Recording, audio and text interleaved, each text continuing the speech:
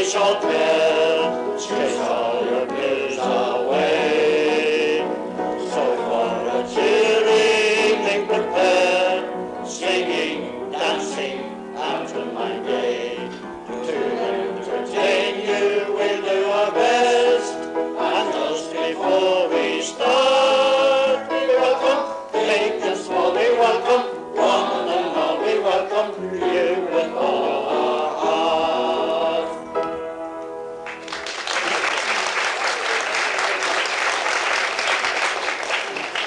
Well, Frank, I think you remember that tune very well. It was opening chorus of the pantomimes in the 50s. And Yes, I remember, as far as I John. know, it was an original composition too. It wasn't written for the pantomime. It was written years before for the St. Eugene's band. And I wrote it for, we called it the Joe Hackett's Foxtrot. Why? And poor Joe Hackett is gone. It's One Step, Joe Hackett's One Step.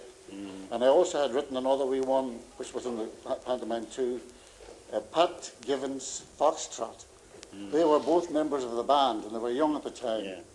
And then when this thing, when they came to me to write the music for the first pantomime in 1950, they wanted something nice and lively. Well, I thought of this wee One Step, and it didn't take me long to stick the words on it, and there you are, the thing was right.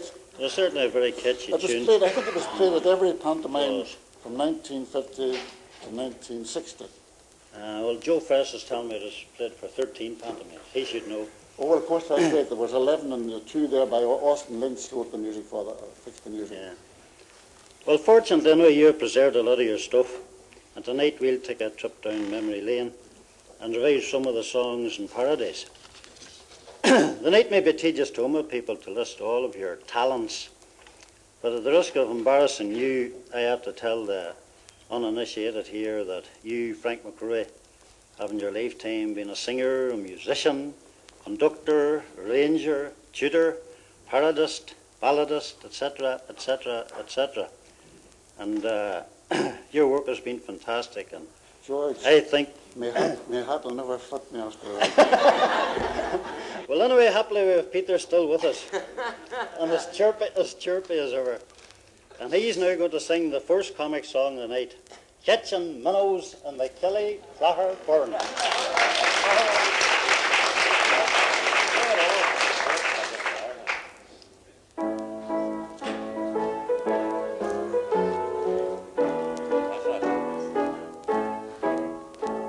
Wee Johnny's came from school one day, his mother got to know. When he came home that evening, boys, but he got tally-ho. She whacked him hard as she cried out, "Why were you boy all day?" Between his sobs the neighbours heard wee Johnny softly say, "Catching minnows in the Killycalopper burn, catching minnows in the Killycalopper burn, oh, catching minnows in the Killycalopper burn, oh, what a happy time."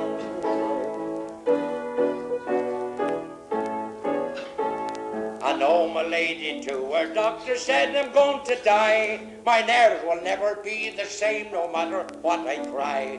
The doctor says she'll be all right if you'll do what I say. Just get a wee glass jam jar, dear, and use it every day. Catching minnows in the Killycalopper burn, catching minnows in the Killycalopper burn, catching minnows in the Killycalopper burn, oh, what a happy time. A Mountfield man, aged 99, is looking for a wife. He's never had a holiday or been sick in his life. He has a great big farm of land and wants to marry soon. When married with the bride, he plans to spend the honeymoon. Catching minnows in the Killycalopper burn, oh, catching minnows in the Killycalopper burn, catching minnows in the Killycalopper burn, oh, what a happy time.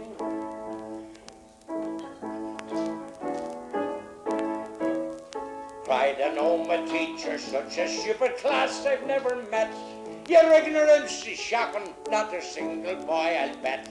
Can even tell me where was Moses when the lights went out?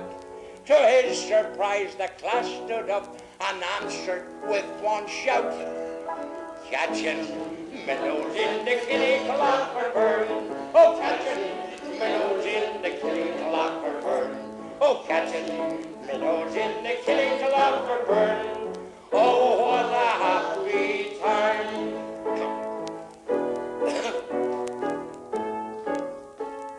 After the battle of the Boyne, the said King James was caught, and in his rags and bare feet to King William he was brought. King William says, now where were you? I thought that you were dead. King James held up his wee glass jar, and to King Billy said, I was catching minnows in the Killyclough burn, catching minnows in the Killyclough burn, catching minnows in the Killyclough burn. Oh, what a happy time.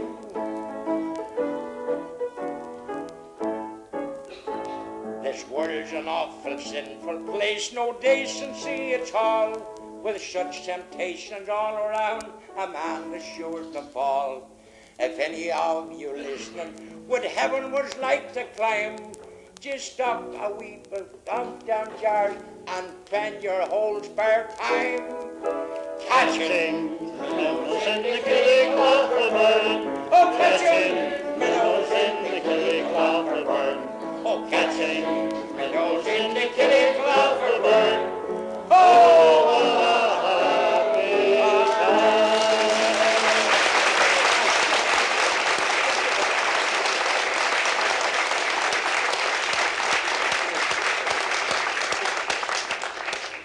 That's powerful stuff altogether. Looking through your book, Frank, the odd thing about it is that there are lots of songs there and a lot of serious songs.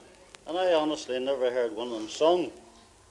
You know, the song there, I think we'll sing it next, Lovely Struil Valley. Oh, no, that's not so very old. I don't think that was ever, we ever did it. We did it on a tape right now. We did a tape when Margaret, my daughter, was away in America. There was Jimmy Torbett sang the bass. I harmonized the choruses, and Peter sang the melodies, and I sang a tenor part. Well, we did that, and we sent a copy to, I think it was a copy taken to the Philippines, to Father Bennett, and then there was one sent to young Reverend Brother Donnelly away in Assam in India. But Well, it got around, didn't it? I've never heard it, actually, and there's only just looking through the book that Gertie has there that I even saw it for the first time. But I think there's no harm in having old lovely Struil Valley. Lovely Struil Valley. I liked it very well myself, to tell you the truth. Tom Hunt, or Tom Sweeney, rather. What's sing it for? Is Tom there? I was thinking of Tom of the band.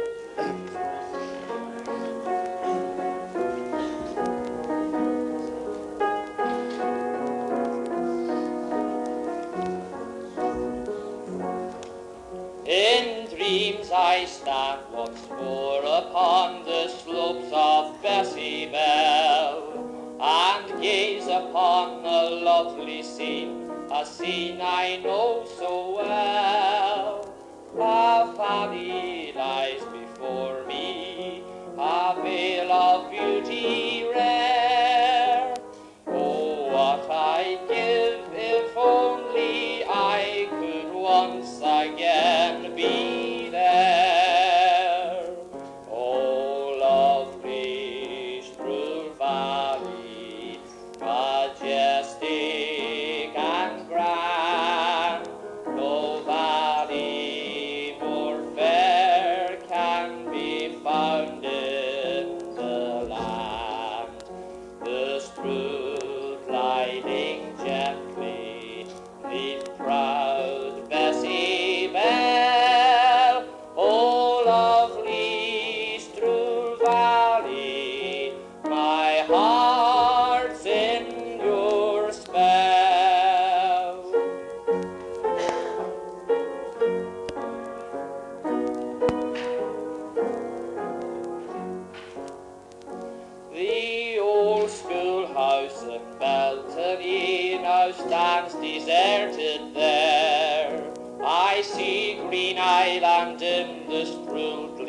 like an emerald rare.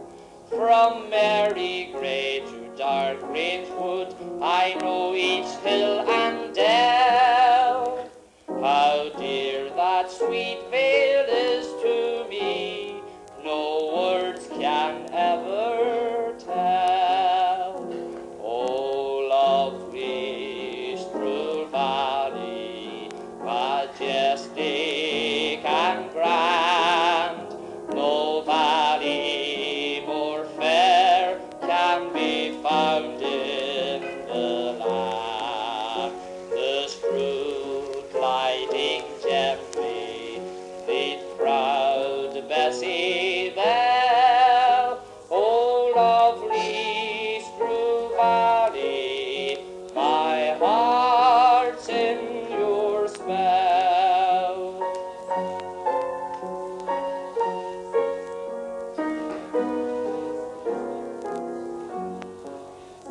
Far distant is the dark outline of Gorton's rugged ridge. Beneath me o'er the shining silver spruce stands Blackrock Bridge. In Carrigan's the old mill that I knew stands in decay. Oh, heaven grant I'll see again that lovely scene someday. Oh, lovely Stroud Valley, majestic and grand, no valley more fair can be found in the land. The Stroud gliding gently, beneath proud Bessie Bell. Oh, lovely Stroud Valley, my heart's in your spell.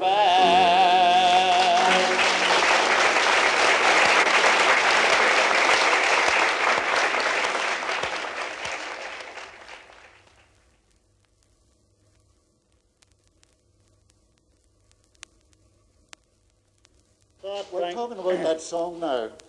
The thing that I like about the reason that I wrote these songs all about Tyrone was everybody was singing about the Mississippi, the Missouri, Pasadena, and God knows where in America. And I said, why should we be singing songs about America? Or why not sit down and we could write as good songs ourselves? So that's what I did, and nearly all the songs I wrote about. And I'm not writing about any place that I don't know about, because I did all these places on the bicycle. I went round everywhere, and I was up in the Spurn Mountains, I don't know how many times. I was at the top of Mullacarn, both ways, up this way and way round by Drumley. I did all those on the bicycle. And that's why I think I'm running about the date 77. Well, I remember you made me there for time and time again to go to Mullaharn, but I always refused. They sent me Sherpa instead. Well, there's another thing about it. You have the song there, the Hills of Donegal. It used to be a famous song. Aye. Mary McHugh, Mrs. McCuskey used to sing it very well. Well, there's not one mention of any place in Donegal.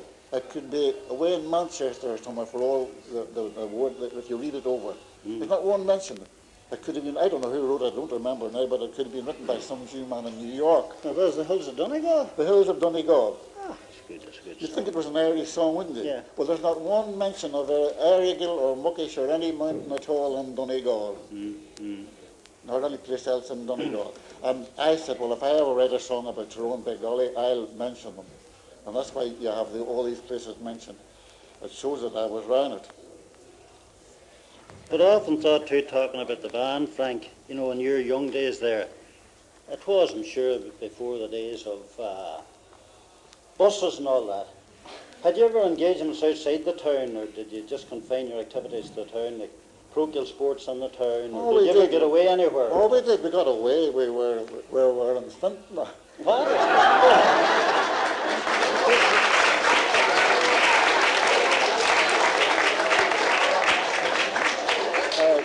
we got further, we got to Gorton. We went further. We were in Crory and we were in Temple. Oh, we were in a whole lot of places. Will you just get back safe?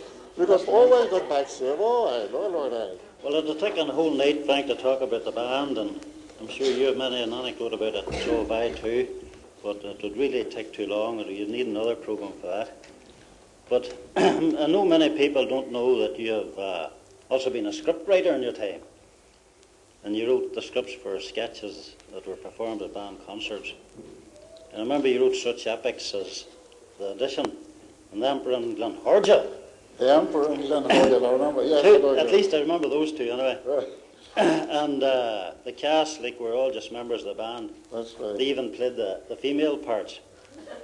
I actually remember playing Mrs. Doyle opposite Charlie Doherty. He was Mr. Doyle. I'm positive too that was in the Emperor Glenhorgel that one of the comic items was the treacherous ways of Loch Muck.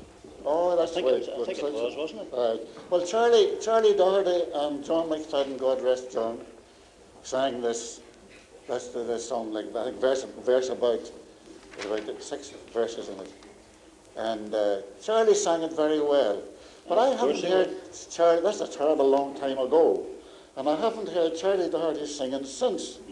And his voice must be marvellous now, it's so well preserved. You don't know what it's costing him to preserve it too.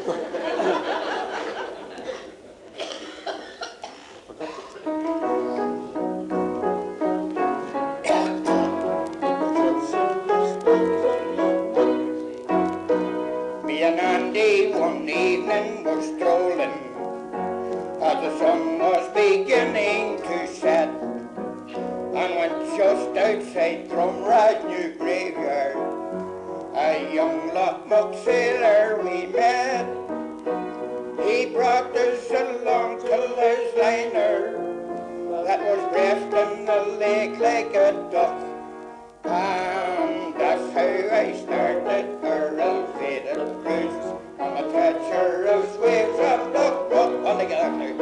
And that's how we started our ill-fated cruise on the treacherous waves of Loch Muck. As our ship glided over the water, we all gazed on the landscapes we knew. First we passed Clannabogan's big lighthouse, then the pigeon top faded from view.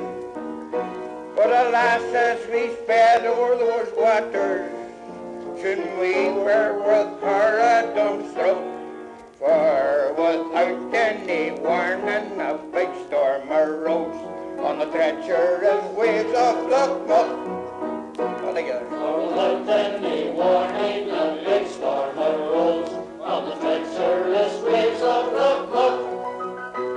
The storm came on with thunder and lightning, and the big waves lashed mountainous high.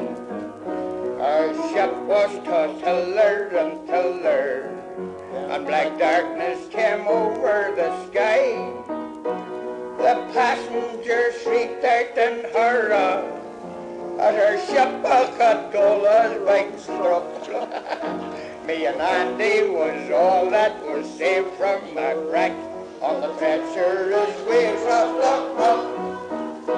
Me and Andy was all that was saved from a wreck on the treacherous waves of Loch Muck. People talk of the great Loch Ness monster, and I can see it from young and old. But the monsters we saw in that evening leave the Loch Ness boy out in the cold.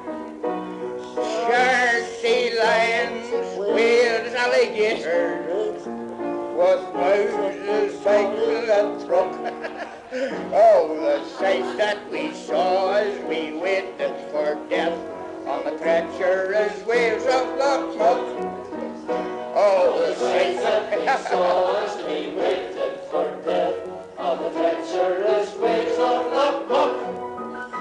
There we were, like two Robinson Crusoes, miles away from Perea or Hull. Though we starved for a week or a ship ever came within call. At last we decided to swim it, though we don't like to brag of our pluck. And after Bay, on the treacherous waves of Loch, and after swimming 2 days, we reached Craven Bay, on the treacherous waves of Loch.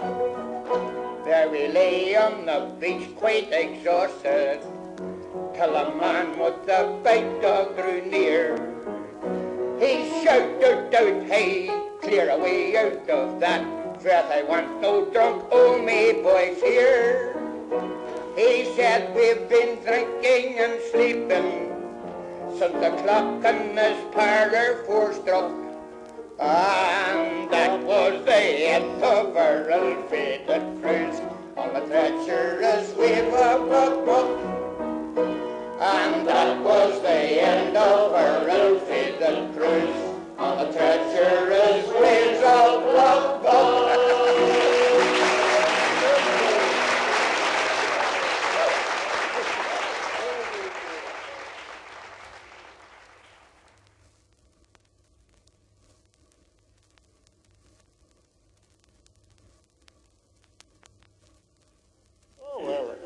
But I remember anyway, there was a Kelly scene in it, and there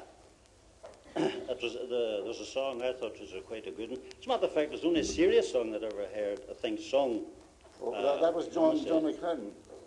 John McCladden sung About Glen Horgan. Glen Horgan, Well, would have you- you any music for it, Gary?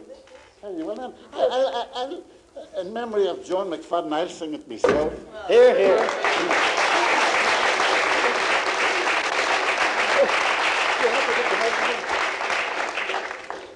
I have to sit this.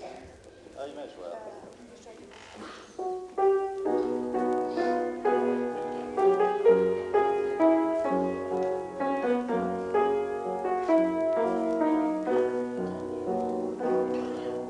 Oh, I want to go back to Glen Horgan, that sweet spot in the county Tyrone.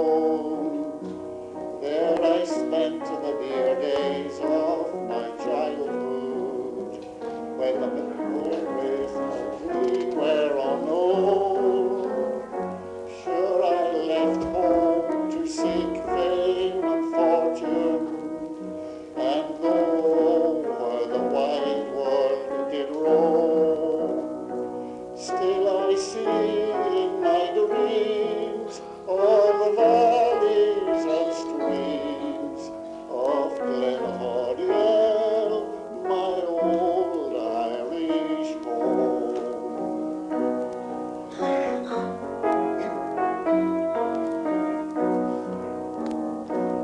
Oh, I'm lonesome and tired of the city, with its noisy rush, bustle, and fog. How I long for a breath of the heather that grows in the early bog.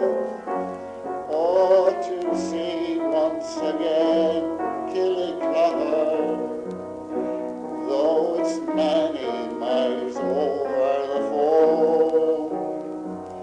Sure, I pray every night that I'll yet get a sight of Glen Horgan, my old Irish home.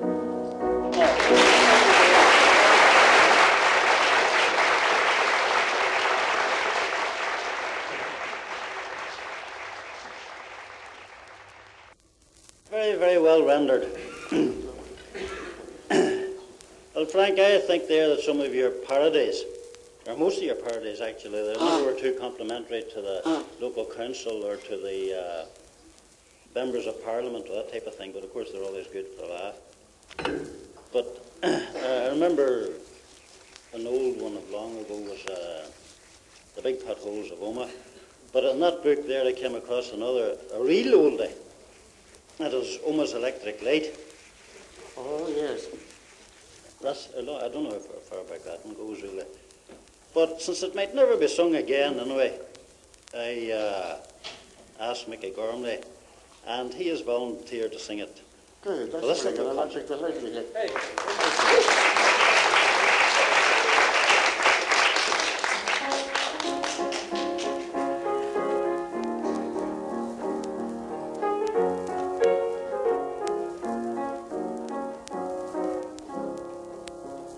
Oh, Paddy dear, and did you hear the news that's going round? They're going to bring electric light to dear old Omi town. Oil lamps and gas are out of date. We want our town made bright. We must be modern and install the new electric light.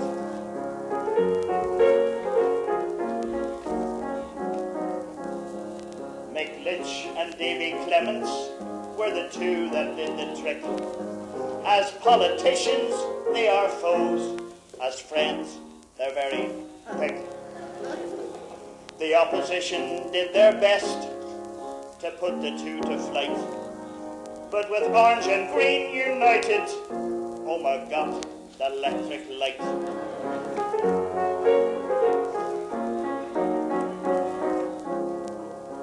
Things didn't go too smoothly, and the critics scoffed with glee. And the roof above the powerhouse cracked very dangerously. But Spaulding and his able men worked hard both day and night, so that Christmas 1930 would see Oma's electric light.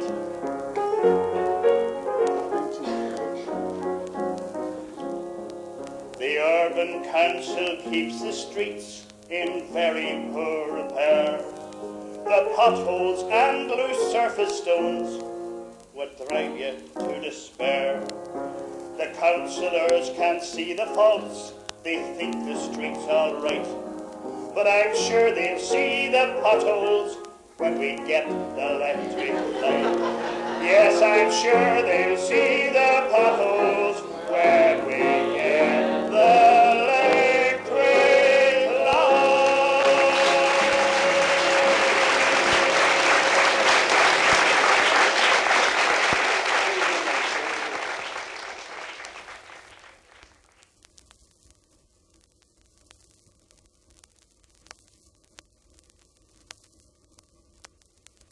Talking about the question time reminds me that Dr. Mann was here at the time.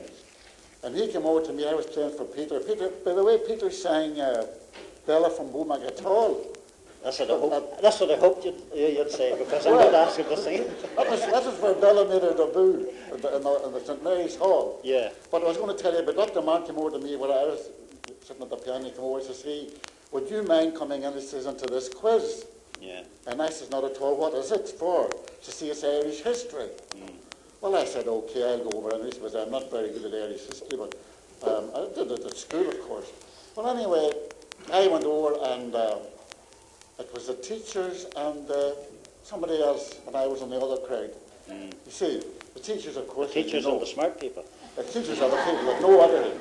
Well, I didn't know a terrible lot about Irish history, but I read a good deal after I left school. Yeah. And I remember the first question I got was, what was the name of the place where the Williamite ordnance was blown up by Sarsfield? Yeah. Well, I remember that because one of the boys made a pun about it, and he says, that was a neat job they did at Ballyneety. You see? Yeah. And that came back in my memory, and I said, right, it was Ballyneety. That was good. And the next time.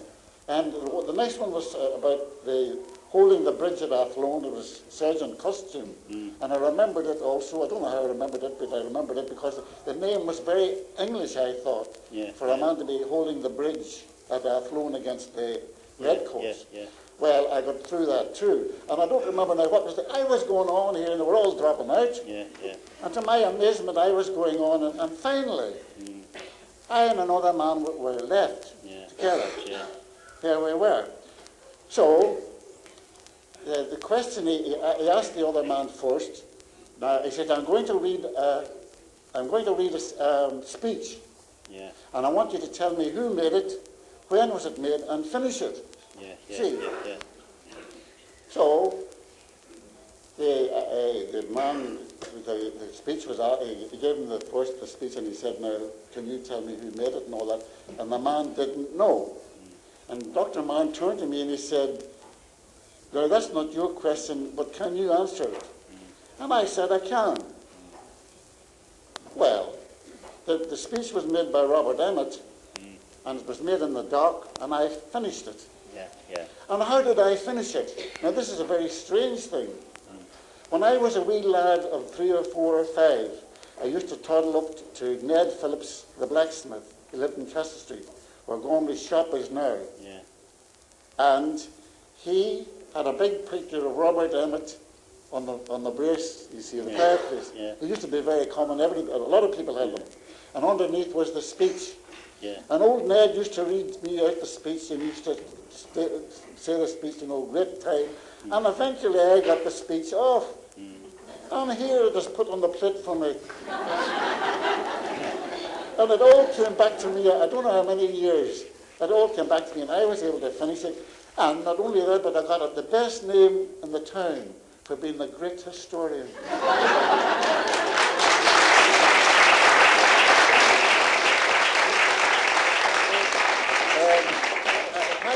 Why I say that was my young daughter, the eldest girl, was at school the following day, and she overheard one of the teachers telling the Reverend Mother, or whoever was in charge in the room, that Mr. McCrory was a genius.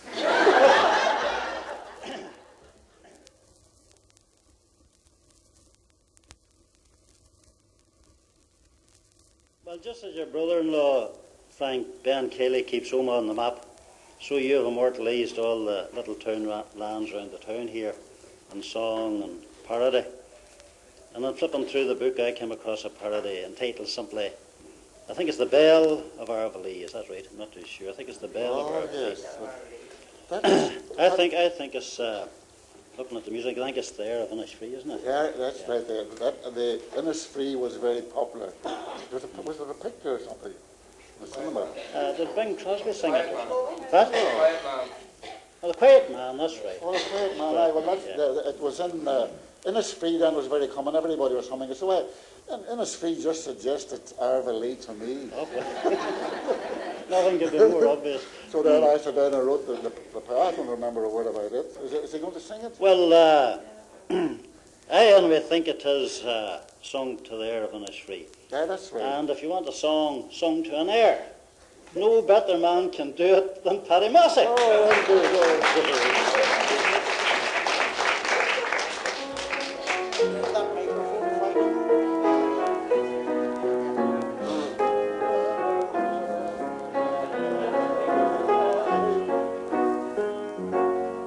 You'll meet some folks who'll tell you I'm a schemer. Some jealous girls will try to run me down. But sure, a girl has got to be a schemer, or else upon the shelf she should be found. 'Tis not my fault that I am so attractive. I seem to have the personality. There's boys from home who would give their one eye to win the lovely Belle of Arvalee. The Verney Bridge by moonlight is romantic. With love the boys go into ecstasy. But I don't heed the silly talk they babble. There's no flies on the Belle from Arvalee. The price of coal has gone on something awful, but we've a good turf bank at our back door. We've started all the hens on the deep litter, and now we're getting fresh and eggs.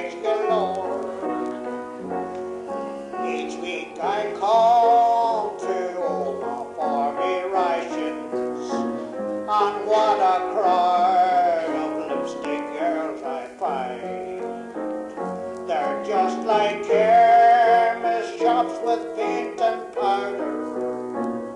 They must think all the old men are blind. But time rolls on and I'm not getting younger. I'm not the glamour girl I used to be.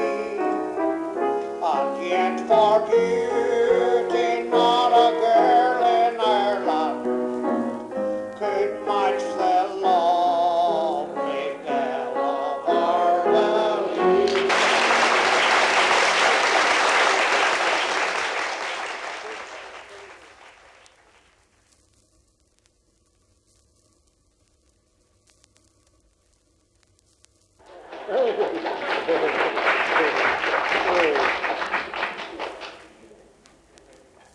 The only serious song that ever I heard sung was Corradina. It honestly is. I never heard any of your serious songs being sung at all. And I remember you sung it one night to me up in your house long ago when we were copying out music. And that's the last I heard of it for years. But I know I have a vague memory of hearing it at a concert, and it was sung by a soprano. Mary McHugh or Mrs. McCusker. And it couldn't possibly have been anybody else but Mary McHugh, now Mrs. McCusker. That's right. So, unfortunately, we have on Mrs. McHugh, or Mrs.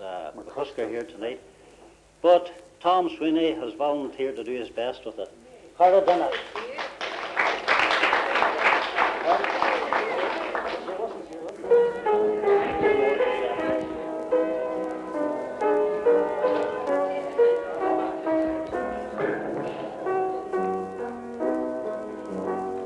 There is a spot most cherished in my memory, where perfect peace is always to be found, where nature reigns in rugged mountain grandeur, and not disturbs the silence so profound. Oh, when my soul with life is tired and weary, and troubles seem to press me on all sides, I think of long forgotten Corradina, where peace, a peace not of this world abides.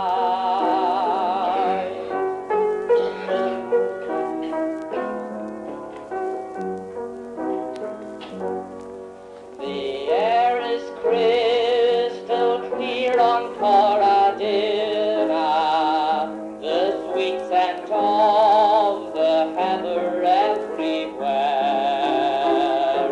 The hallowed rock stands moss-grown and forgotten. 'Twas here in days of your folks met in prayer.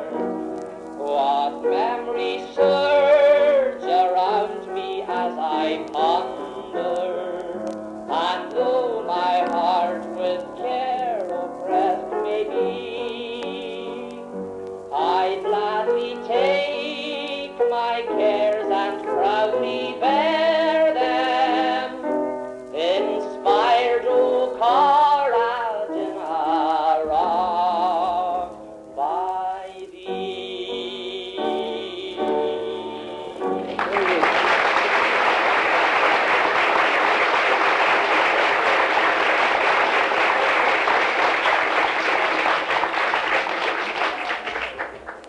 Well, Frank, as you said yourself, you're a great sentimentalist.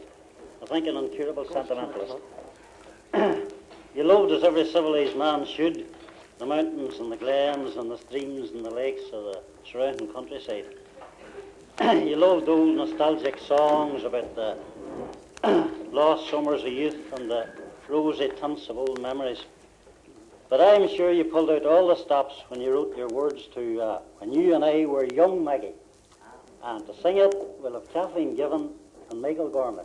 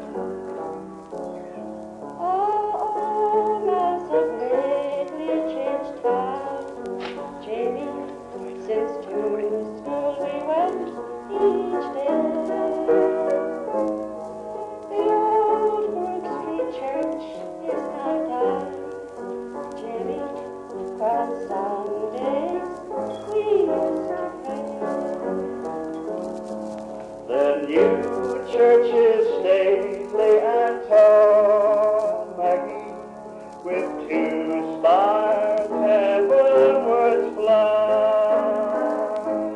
But the old church was built by us all, Maggie, when you and I were young.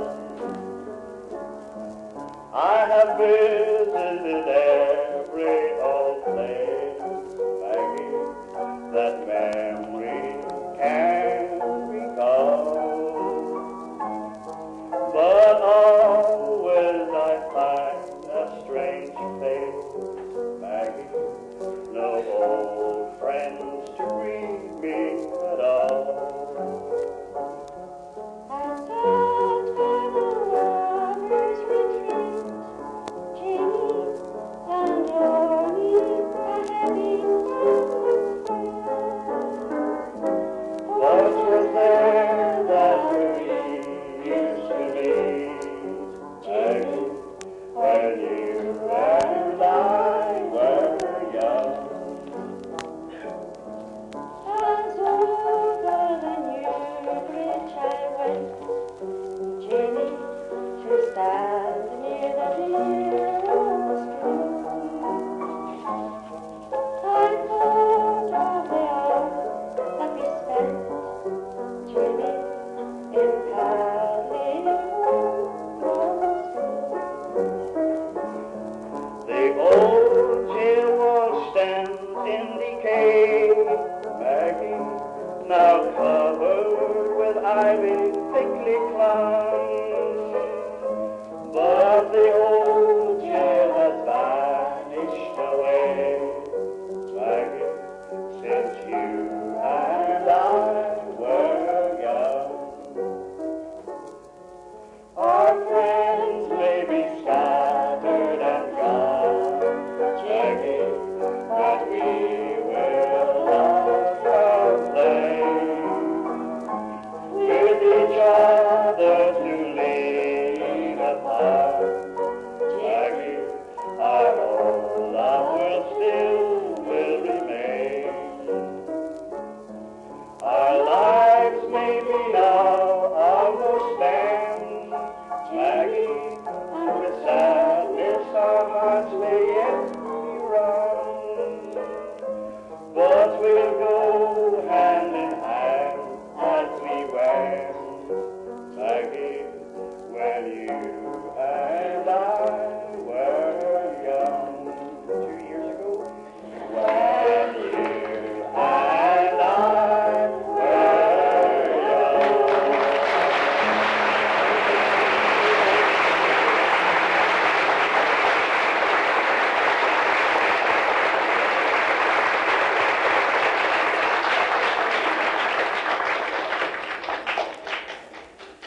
Frank, I often wondered if you used and wrote most of your songs with Peter McGovern in mind, you know? Because as I look through your book there and read some of the songs, I can hear in my head Peter McGovern's voice belting them out, you know? That's true. I suppose he was the man that inspired most of them, really. That's right. Well, I couldn't think of anybody better than Peter anyway to sing the next song. And that's Peggy the Pride of the Plum.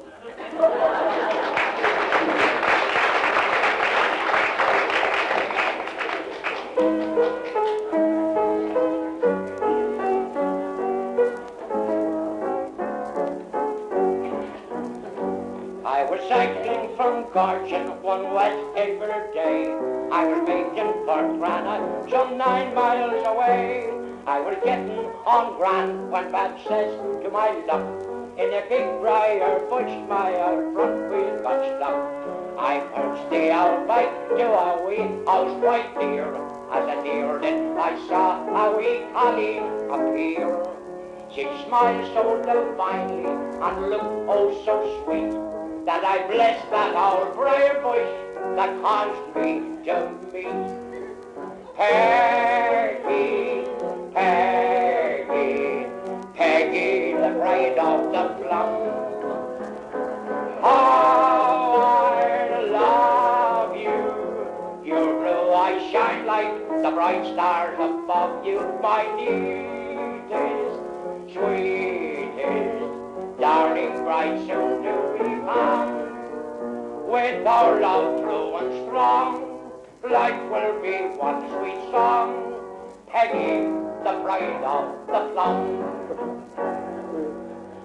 Next evening I passed by that wee house once more, and Peggy, so lovely, was there at the door. She smilingly met me, and then hand in hand we strolled through the farmer's gap, rugged and grand. There deep in the spellings our love we confess, and though with this word's good I'm not over blessed, but I know I'm the richest man now in Tyrone, for that priceless wee jewel I said she's my own. Peggy, oh Peggy, Peggy, the bride of the plum. How I love you, your blue eyes shine like the bright stars above you, my neatest and sweetest, darling, bright, soon to be found.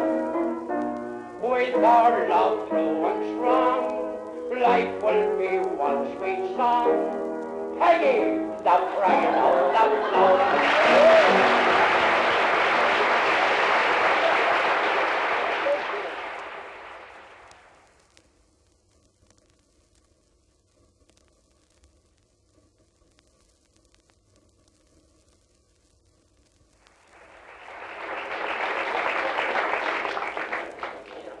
Well, we couldn't end on a better note, I think, than one of Frank's own.